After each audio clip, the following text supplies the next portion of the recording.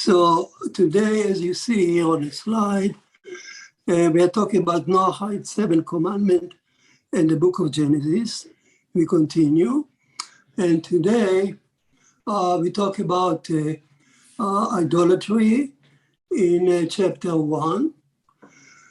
And class 1, as it says here, class 1 is idolatry, Elohim.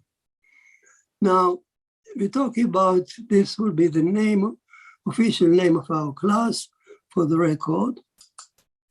Okay.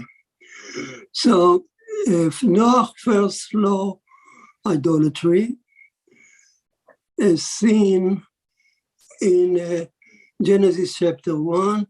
You remember last time we discussed how the frame of our classes, we're going to move in the book of Genesis from one commandment to the next one through as presented by the book of Genesis.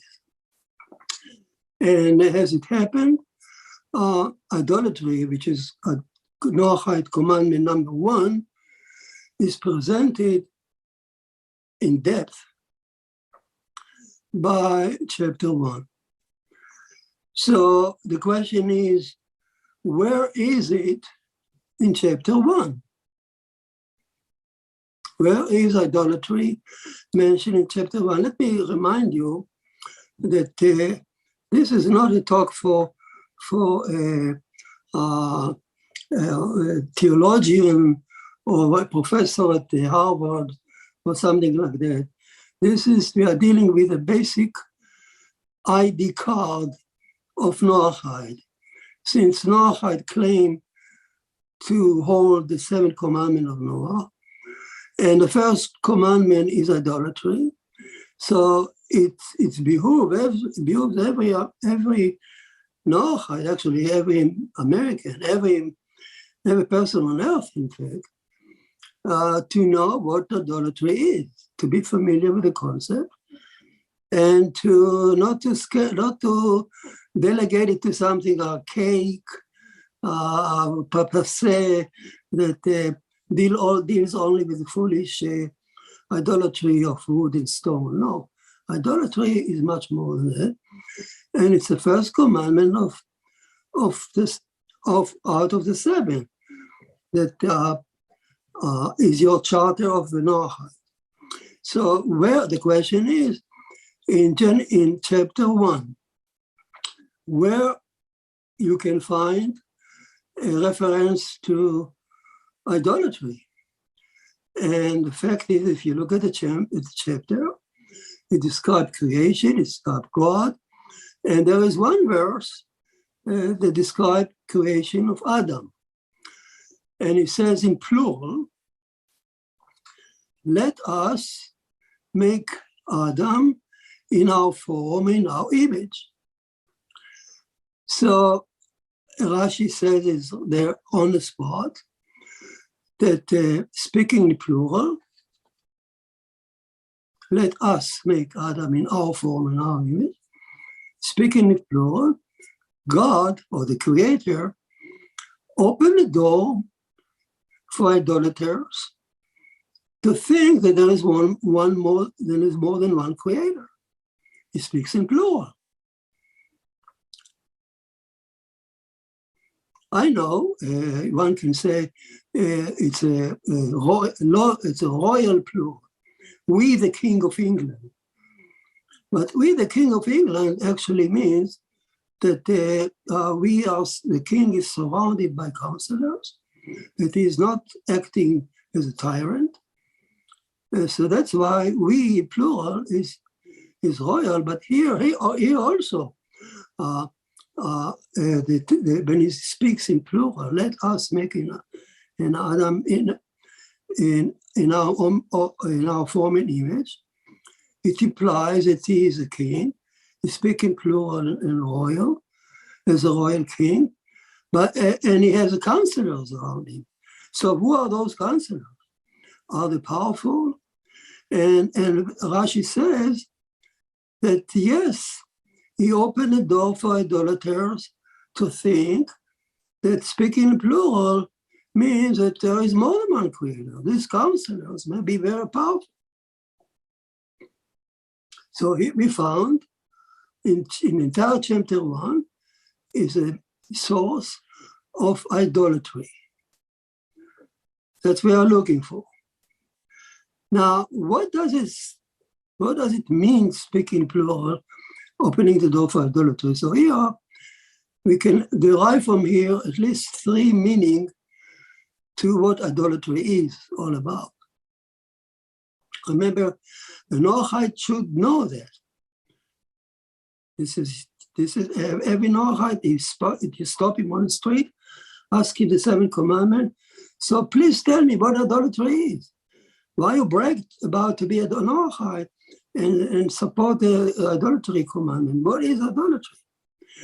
So according to chapter 1, the simplest meaning of that verse speaking in plural is, of course, that God, that the Creator is more than one, that he has some entities that are powerful. Like he has the simplest meaning, you can say he has a son, he has a brother, he has a father, he has a wife. Oh, the ancient myths were full of that. Like, for instance, take Augustus Caesar, the Roman Augustus Caesar. He was revered as the Son of God. So was Alexander the Great.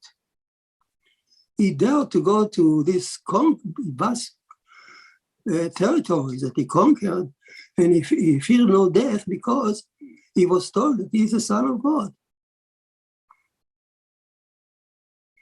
And so was Caligula, a god or a son of God.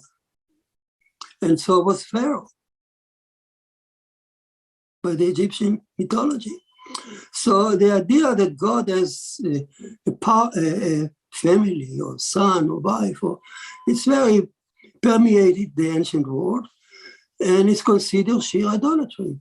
And that's the simplest meaning of you open the door to idolaters by speaking plural. He presents the whole family, 1 or 2 or 3.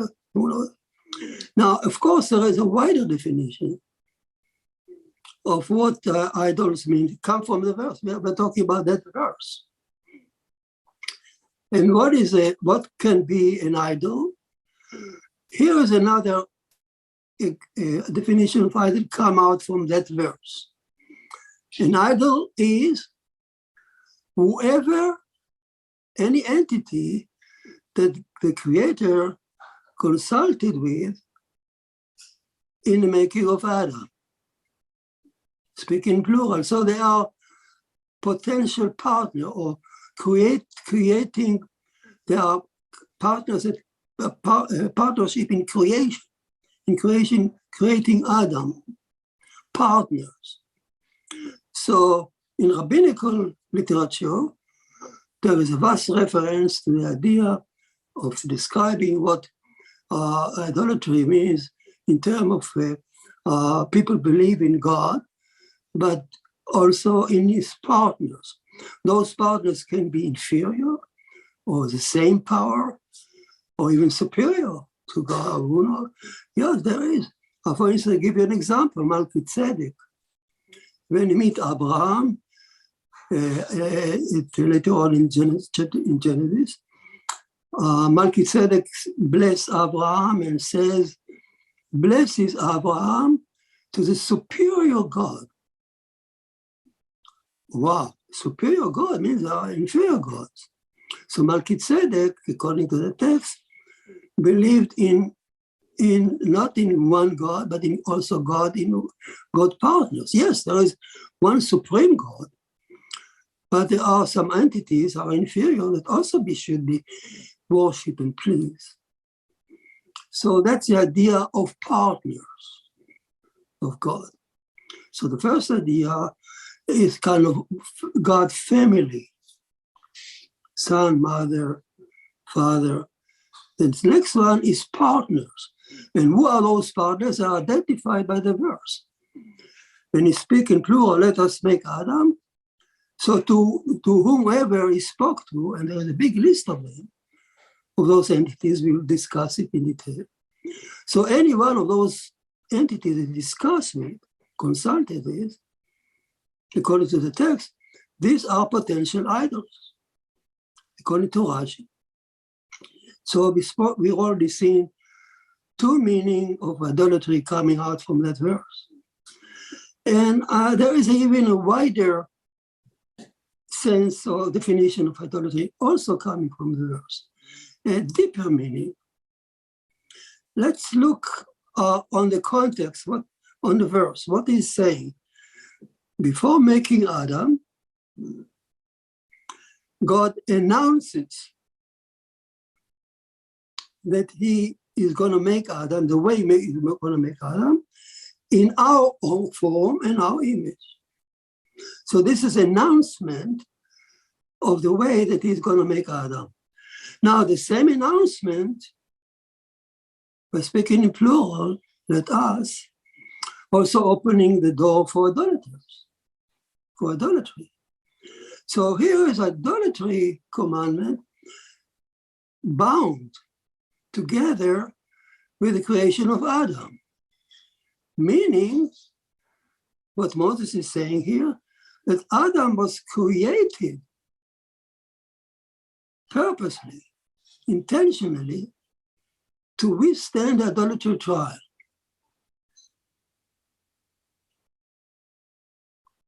So idolatry is not just another commandment, like adultery or theft. Idolatry is something unique. God made Adam, according to Moses, with the intention that he's going to, specific intention, that Adam will stand the idolatry trial. How? What does it mean? So what is an idol? You know what American Idol is. So what is idol? Obviously, an idol is something that we adore so much. We love. We are enchanted with. We something that we would even surrender our life to if needed. The idol in a daily meaning. So Adam is now made in order to stand the idolatry trial. So God planted in us, who made us to be fascinated, to love, to fall in love, to be enchanted, to be adored so much, to fear, to be happy with, so much with some entities, that so much that they can adore them and fall in love with them and accept them as our gods. And that's perhaps the deepest meaning of idolatry. Yeah, idolatry for the ancient man in a cave was something that he feared. Later on, maybe something that he danced with excitement with. He was fascinated by looking at nature, seeing trees, seeing the mountains, seeing the sea, the powerful sea, to be fascinated by the beauty of it. So that capacity of us to be enchanted, to be enchanted so much with entities, to be fascinated by beauty. It is a tremendous gift from the Elohim, from the Creator. He made us, he planted those features in us to enrich our lives. How dull our life would have been without being enchanted by something, by loving something, music, art, science. our spouses. This enrich our life, even enchanted by ideas. But so this is our precious gift by God when He made us.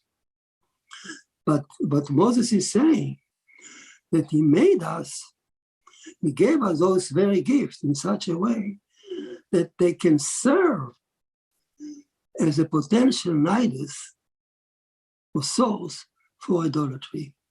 In other words, we can be enchanted so much by science that we'll worship it. We will enchanted so much by the tree that we will sacrifice animal for it, and so on. But the source of it is our being enchanted, fascinated, falling in love with some entity which is good by itself. This is enriching our life, this is the presence. But at the same time, it serves as a source for idolatry. So idolatry, as you see, is not just a foolish error of worshiping wood and stone that is actually passé. Nobody in his mind today would really believe in those stones. And even in ancient, in the Far East, when they still worship Buddha or a kind of statue, but really they do it only as a heritage, not really believing in their power anymore. Besides maybe some fool, but basically humanity has to step out of that foolishness. But still, we are enchanted by various things, so much that we may replace God with them.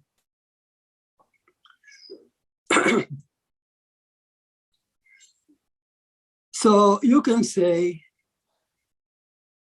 that the idolatry, according to Moses here, is a battle of fascination and attraction. Adam is made with precious gift to be fascinated and attracted to entities. So there's a battle here. Either Adam is enchanted and fascinated by God or by idols. There is a battle. Adam has to choose. And in fact, this is what Moses is saying in the Ten Commandments. Exactly that idea. Because what is it? The first commandment of the 10, God says, I am the Lord your God who took you out of Egypt. He presents himself. That's number one.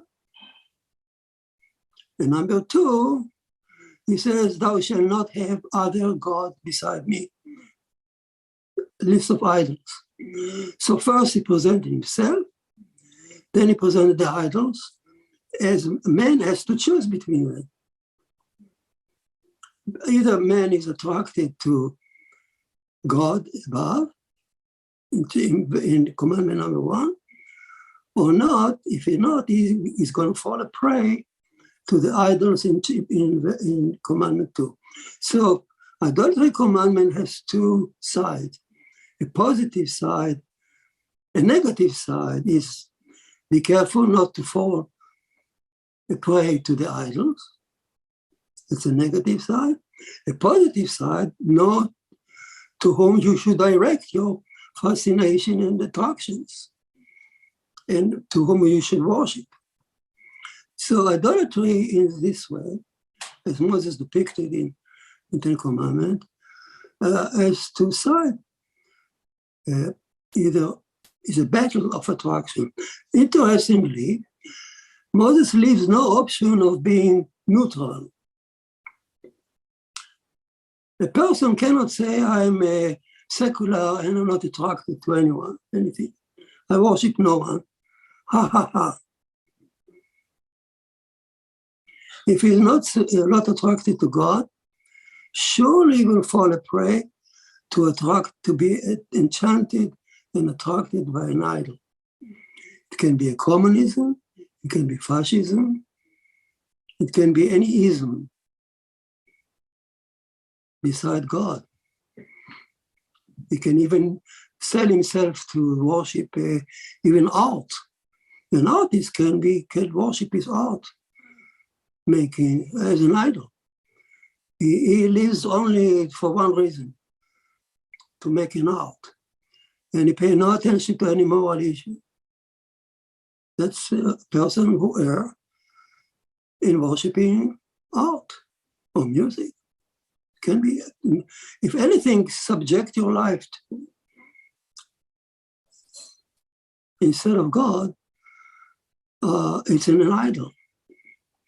Not only, of course, drugs and alcohol can also subject a person's life.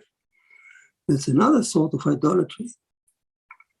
So idolatry is a far-reaching entity concept, as we see now. And perhaps this is probably, for the three options that I mentioned. One, idolatry is just a numerical meaning, or don't worship family member of God, and then don't worship partners of God. You speak to whom you speak in plural. The third one is paying attention to the way Adam is made. Adam is made in the same verse, let us make Adam, in the same verse also opening the door for idolaters, which means Adam is made to withstand the challenge of idolatry. That's our being. Now you may ask, of course, why is God doing it?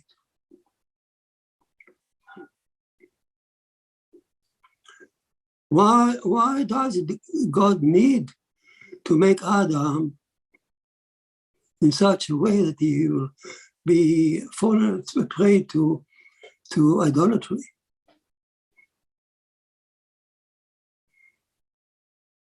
Why does God need it? Why didn't he make us pure and complete, loyal like angels?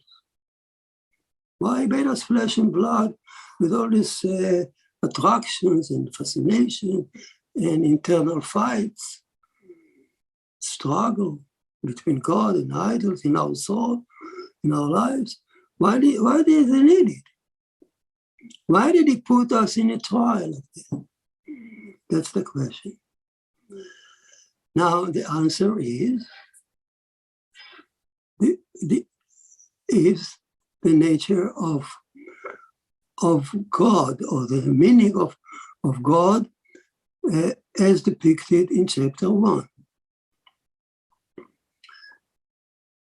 So in idolatry, we need, if you're going back to idolatry, it means we need to identify the idols and be careful not to worship them. At the same time, we need to identify God, the true God, and worship him. We need to identify them. So who is a God that is identified by chapter 1? Who is a speaker here? Who said, let us make Adam in our form, in our image. So who is a speaker? Who is God? In English, you would say, the speaker is God. Because God says, because the verse says in the beginning, at the beginning, God created heaven and earth. So who is that? If you ask, again, the core question is, why does he need it? So if I look at verse 1 and I say, who is the speaker here? It says, God, at the beginning, God created Adam at the heaven and the earth. And it continues. Verse 1, God says, let it be light. God said this, God said that. And finally, God said, let us make Adam. So why God needed?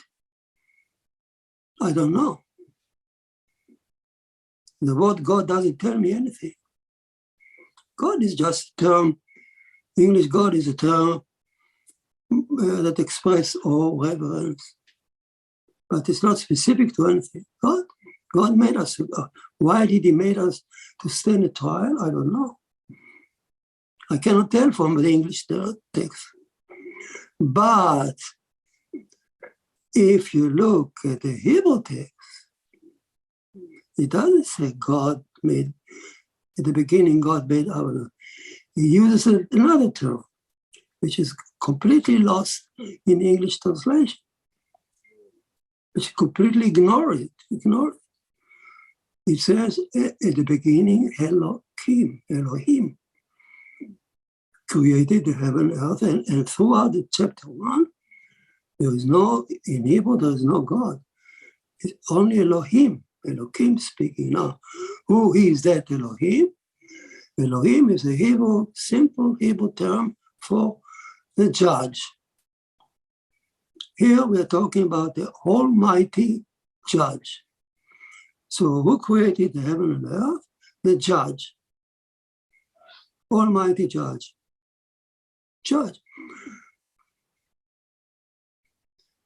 And a judge creates for judgment. That's what he does for a living, so to speak. Now we got an answer. Why did God made us to stand idolatry trial and other trials?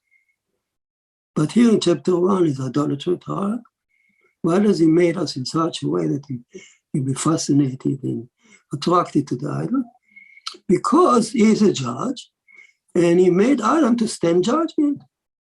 Now everything's settled down.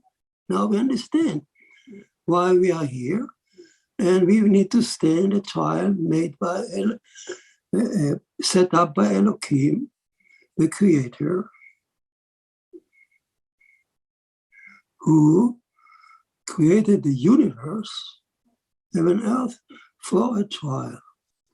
Now the term Elohim referred in Hebrew, it refers also to a human judge. In several places in the Bible, you can find the term Elohim used for human judges. Here is referred to God, the Creator, which means the real term, the real term for the essence of the Creator is not known to us. The concept of the Creator, who He is beyond description, beyond any name. I cannot name the true essence of God. It's beyond human conception. We are limited. But the Torah is saying that at the time of creation, He ascended on the throne of judgment to create. He wore a hat of a judge, and He sat on the throne and created it to stand a judgment, not just the human, but the entire universe, mosquitoes, the black holes, the faraway galaxy. Everything stands on judgment, for judgment.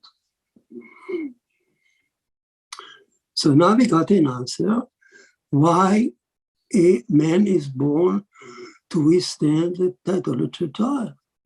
Why the good God, we can ask. Well, Elohim is not a good God. He's a judge. If somebody wants in your neighborhood to be elected for a judge, and you say that he is a merciful one, he's a good guy, he loves you, he loves everyone, you don't want for him. You want a judge to seek the truth, to pass judgment. So there's no question. So you can ask, why did the good God create Adam? To stand the trial and tribulation, especially idolatry. Don't ask that question because Elohim, Moses is telling you that at the time of creation, God, or the true entity, which we don't even know, cannot put a name on it, selected to sit on the throne of judgment and to create us as he functions, he conducts the affair as a judge. Now, a support for that is also, on another occasions, could be that the same entity, God, or the nameless God, essence of God, would sit on other throne and get other names according to this story. It can be El Shaddai, it can be the merciful one, there are many, many attributes of God that appears to us in the story of the Bible as needed for the story. And Elohim is just one attribute of God, of the essence of God. And it was tell us that the sixth day of creation started from the beginning. Elohim, God sat, or the creator of sat on the throne of judgment to create the world, to stand judgment. From the mosquito, from the black hole, everything created stand on the judgment. But later on, he could assume other names, other throne or features.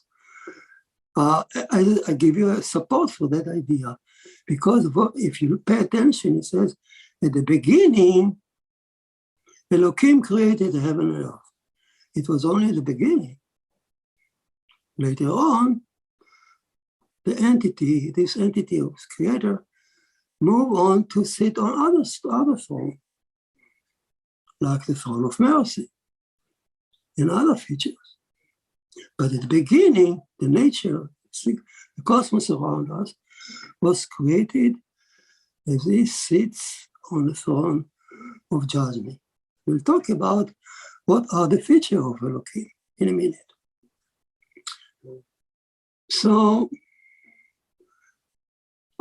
saying that you may easily ask the question, what does it mean he created the universe for judgment?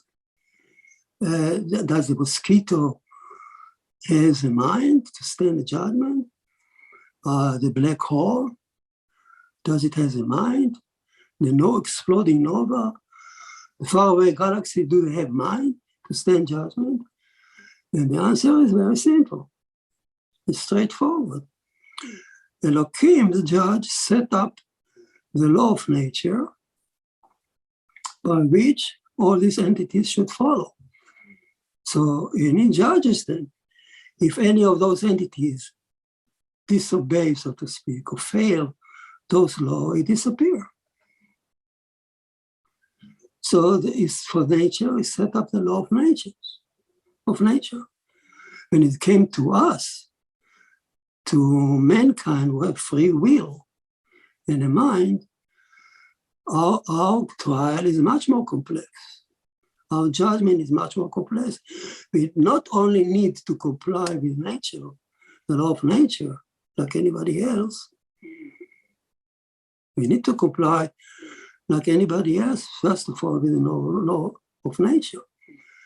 But in addition, he gave us moral commandment that we need to comply with.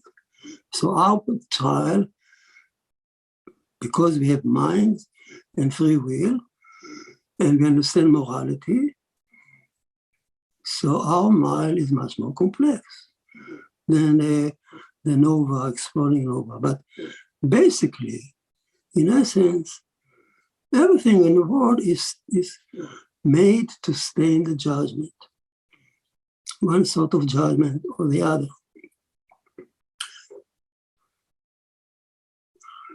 Now, speaking about morality, I want to make a very important point here.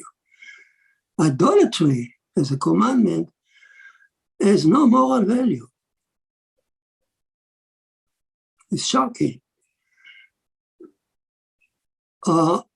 Idolatry, an idolater, an idol worshiper can be a very nice fellow. Can be peaceful, can be a nice guy. Why not? He can. So the fact that he's an idolater doesn't necessarily mean that he's a bad person. He's just a sinner in the eyes of Elohim, who demand us to recognize him as one and so on. But otherwise, so he can be morally right.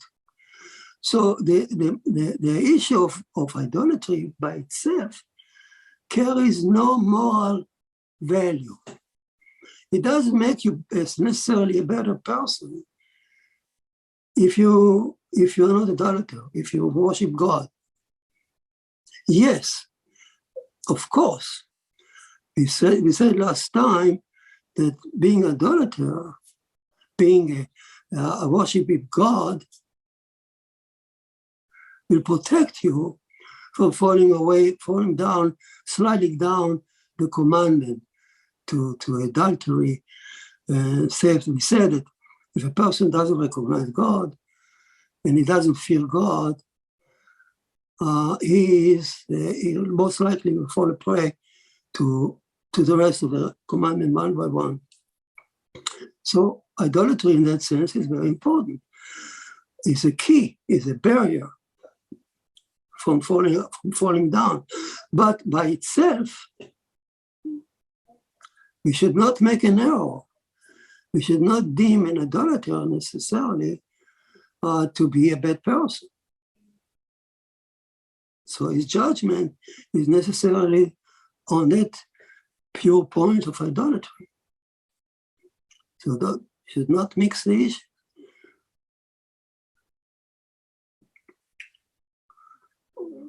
So a very important, as we speak about the creator Elohim and his judge, and the concept of us being watched by God all day long to see if we comply with his commandment. So the idea, the very idea, okay, the very idea that we stand judgment seems something fearful, but it's not true. It's the other way around. We are never alone. The idea that God watches us every minute, every day, he is a judge. He created us to stand in judgment. So his angels watch us and write down in the book of life everything we do. And when the time comes and we are standing in judgment, the book opens up and everything is read out to the heavenly court. So that's the idea of Rosh Hashanah. Once a year, we are judged every minute, every day, every minute of the day. But once a year, in the anniversary of creation, actually, in the anniversary of that statement, in the beginning, Elohim created the heaven and earth. So we celebrate that moment of the initiation of the universe.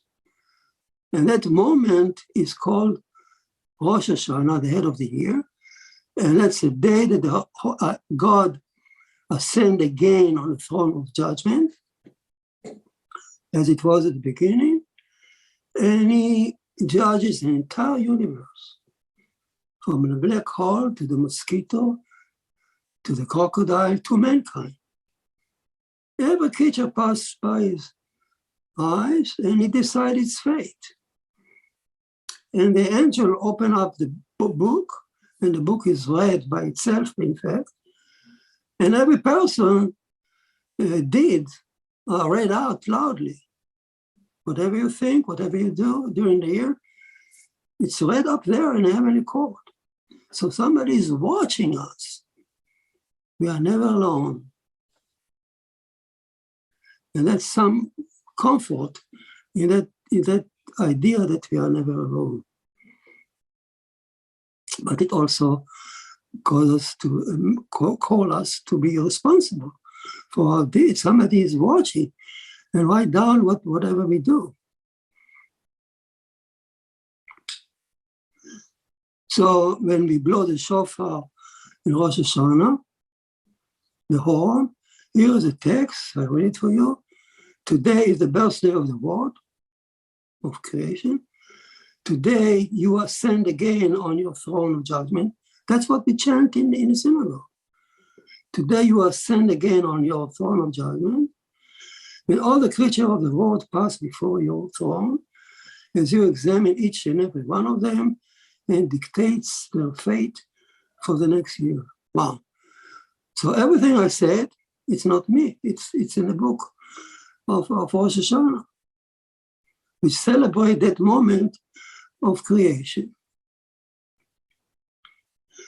So we spoke about, we need to identify Elohim, God. We need to identify the idols clearly.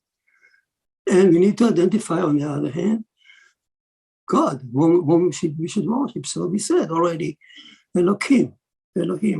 So what is exactly Elohim? How we need to identify to understand it a little more. How can we identify what Elohim is? We look at nature two ways. One way is to look at nature and to derive from nature what Elohim's ways are. And secondly, to read chapter 1, what Moses is telling us about creation, because Moses is telling us what Elohim does. That's why the chapter is written. So if we sum up what we can derive from either from nature or from chapter 1, what are the ways of Elohim judgment? So I can go with few features of Elohim. They are important because the guideline, they tell us Elohim appears throughout the Bible. If you don't know the feature of Elohim, you can't understand the Bible. Yes, there are other attributes of God. We need to learn about them too. But here is a chance, today is a chance, we focus on Elohim, who appears through the Bible infinitely. All through the Bible. You cannot understand the Bible if you don't understand who is speaking. Elohim is speaking, so but now I know who is speaking.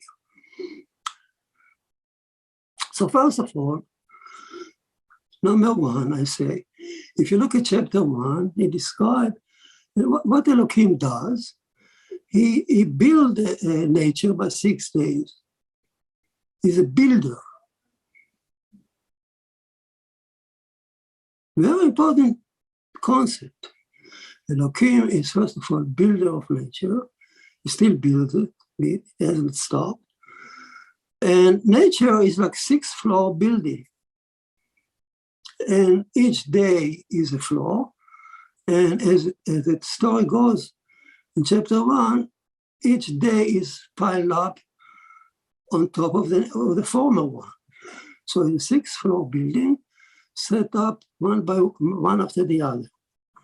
So Elohim is a builder and a judge. Why judge? Also from chapter 1, because at the end of each day, Moses says, Elohim come and judge the passing day, if it's good or not. If it's good, it's good, let's go on. Let's keep it, and he's ready for another day. But if it's not good, it's eliminated with no mercy because of efficiency. So God creates and eliminates. Rashi says that. God creates and eliminates. Oh, he's not merciful. How can he eliminate the dinosaurs? Why didn't he was merciful on it? You don't ask the judge if he's merciful or not. Mercy belongs to another attribute of God that may play a role in creation too. But Elohim, chapter 1, creates for and eliminates. He has a goal. He wants to build a 6-day building. He creates with efficiency, his wisdom, but he eliminates. If he needs, he wouldn't hesitate to eliminate because he is not merciful. He is a judge.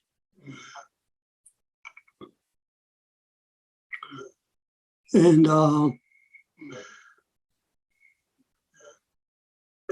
what he seeks, Elohim, another feature of Elohim is that he seeks the truth. His judgment is by the absolute truth. He's not swayed away by any issue, you cannot sway him. You cannot even pray to him to change his mind. He follows the absolute justice and truth. His nickname is truth. Elohim nickname is truth. Signature is truth. Absolute truth. And whenever you see his name appearing in the text, the signature of truthfulness. So let's say, for example, in chapter 1, Elohim appeared 32 times in the 6th day. Each time his name appears is a stamp of truthfulness. The story is true. The story is true. The story is true. So the story of Genesis is true. 32 times God says it's true. And number 3 would say, is because he seeks the truth and he follows the truth, he pay back measure for measure. You eat and being eaten in nature.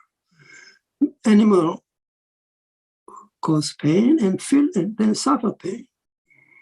In absolute retribution and justice, no mercy. A wolf will eat the lamb, but a minute later he will walk in the forest and he was struck by a fallen tree. So measure for measure. Men too. We are under that rule. We eat and are being eaten. Don't kid yourself. You're still under this Elohim, creator of nature. When Elohim said, Torah says, tooth for a tooth, an eye for an eye, it says, earlier the verse says it was a signature of Elohim. If you don't pay attention to that, you wonder, what is that? What is this Elohim, eye for an eye, tooth for a tooth? Where is mercy here? Oh, the cruel. This is no. Eye for an eye, tooth for a tooth. Pay attention to who said it. It's written by the finger of Elohim. Elohim said it. It fits the judgment of absolute justice. An eye for an eye, tooth for a tooth. In truth, we don't follow it because we have some other attributes of God who tell us not to do that. We're going to learn it. But Elohim, from point of view of absolute justice, an eye for an eye, tooth for a tooth. Nobody can argue with that. That presents the absolute justice and truth. If you gouge somebody's eye, if you made somebody blind, eyes blind, the only truthful judgment against you would be to blind your eye, according to Elohim. Or we don't do that because of other attributes tell us to calm down. So, but according to Elohim, that's the rule. That's what we should do. That's what nature. That's the rule that govern nature. So, as a builder, he comes at the end of every day, and he seeks the floor to see if it's good or not. If it's good, the floor stays. If it's not good, it's eliminated. There's no mercy, the deficiency. So the dinosaurs were eliminated at one point because they could not serve the next day of creation. And the same is true for us. If we don't serve the next day, if we don't fit the next day of creation, which is the seventh day, the Sabbath, we will also be eliminated. We need to fit the next day. And number 5 feature, I would say, Elohim created 6 days as a creator, as a dictator. He asked no one permission. He said, let it be, and things happen. Let it be light, and light happened. So he asked no one permission. He consulted no one during the 6th day. He acted like a tyrant. So Elohim is a judge, a builder, and a tyrant. Until he came to make us. When he made us, he changed his mind, his rule, and he spoke in plural. He didn't say, let it be Adam. He didn't give command. Instead, he said, let us make our changes. He acting no more as a dictator when he made us. Oh, we're talking about it, why? But during the 6th day, he acted like a tyrant, and he can act again like a tyrant if he wishes. And the few minutes we have now, maybe I'll stop here. There are some more features of Elohim. We can discuss it, finish it next time. As we move on with the concept of idolatry. So in summary, we learn the concept of idolatry from the verse, chapter 1. We identify why Adam was made. We identify what idolatry is, at least in general terms. We get 3 options, 3 meanings for idolatry.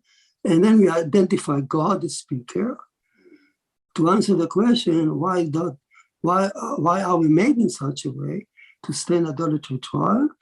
And the answer is, Elohim, the judge, made things for a trial. And our trial is idolatry. Okay, any question for me?